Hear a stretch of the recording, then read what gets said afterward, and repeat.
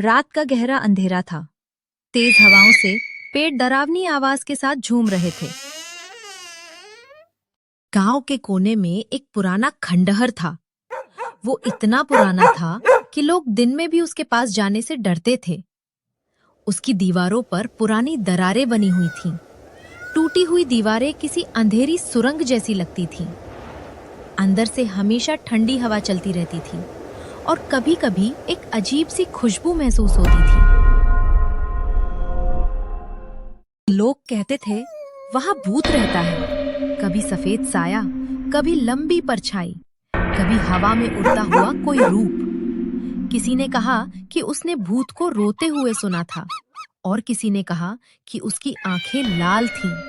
और सबसे डरावनी बात, जो भी उसे देखता उसकी हिम्मत टूट जाती।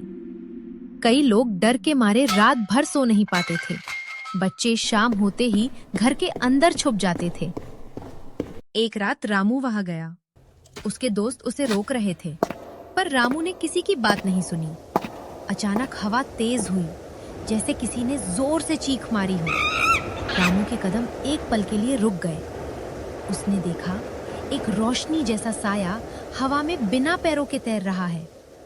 उसके कपड़े हवा में अजीब तरह से हिल रहे थे और उसका चेहरा अंधेरे में साफ नजर नहीं आ रहा था।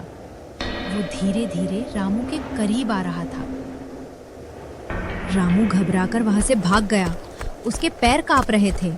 वो रास्ते में गिरते गिरते बचा। अगले दिन से गांव में खौफ और बढ़ गया। अब कोई भी रात के वक्त घर से बाहर नहीं निकलता था। गांव के बुजुर्ग भी इस बात से परेशान थे। गांव के चौपाल में डर और चिंता का माहौल था। सब लोग उस पुराने खंडहर में बढ़ते भूत के आतंक की बातें कर रहे थे। एक बूढ़े आदमी ने कांपती आवाज में कहा, अब तो हालत बहुत खराब हो गई है। हमें जहांपना अकबर के पास चलना चाहिए। वही इस मुसीबत का कोई हल निकाल सकते हैं। भूत का आतंक दिन ब दिन बढ़ता जा रहा है। हम अब खंडहर वाले रास्ते से गुजर भी नहीं सकते।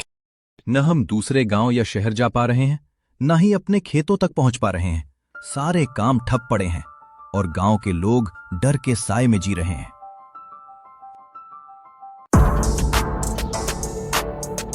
ये बात बादशाह अकबर तक पहुंची। दरबार में सब इसी बात की चर्चा कर रहे थे। कुछ लोग इसे शैतानी ताकत मान रहे थे और कुछ सिपाहियों ने कहा, जहांपना की जय हो। जहांपना, वही भूत रात को महल के आसपास भी दिखाई दिया है। ये सुनकर महल में भी डर का माहौल बन गया। बीरबल, हमें वहां जाना होगा।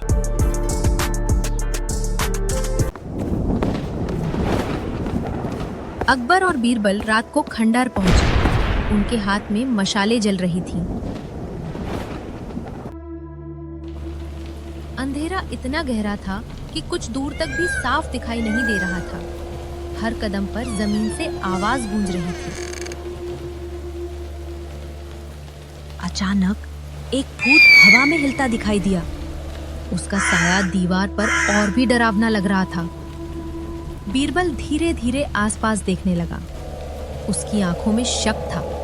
वो हर छोटी चीज को बड़े गौर से देख रहा था, जैसे उसके दिमाग में कोई बात चल रही हो। फिर उसने अकबर से कहा, जहांपना, ये भूत नहीं हो सकता। भूत हर बार अलग रूप में दिखाई देता है।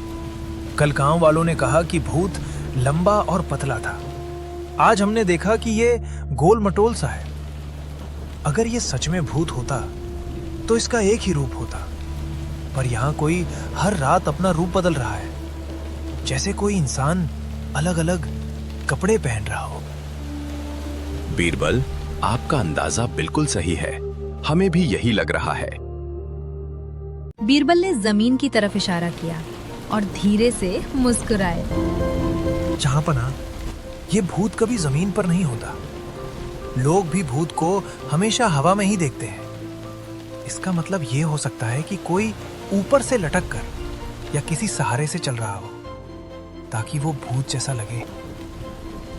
बीरबल, ये हालात देखकर हमें भी यकीन हो गया है कि आप बिल्कुल सही अंदाजा लगा रहे हैं। चलिए जहांपना, महल चलते हैं, बाकी बातचीत वहीं करेंगे।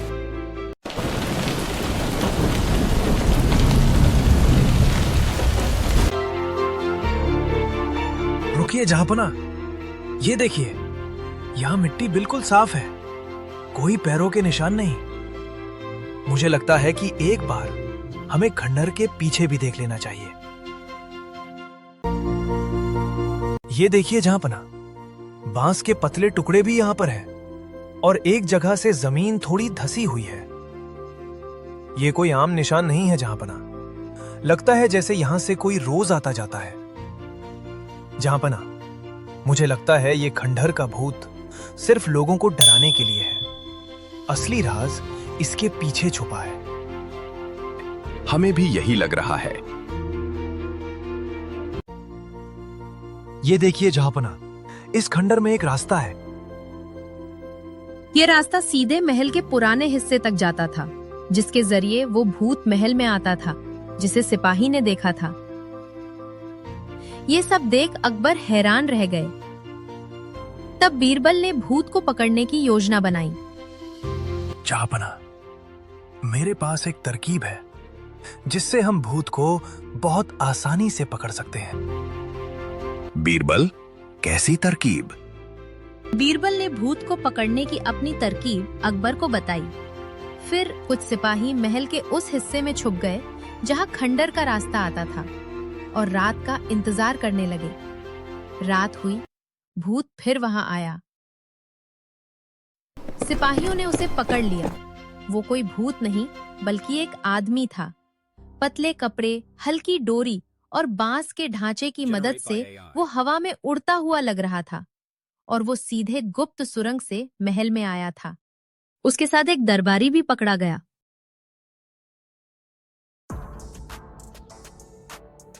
लेकिन गांव वाले अभी भी डरे हुए थे और ये सोचकर परेशान थे कि उस दरबारी ने ऐसा क्यों किया। हालांकि गांव वालों ने भूत पकड़े जाने पर सुकून की सांस भी ली और बीरबल की बहुत तारीफ भी की। अब वे बिना डरे उस खंडहर के पास वाले रास्ते से गुजर सकेंगे और अपने खेतों में काम भी कर पाएंगे।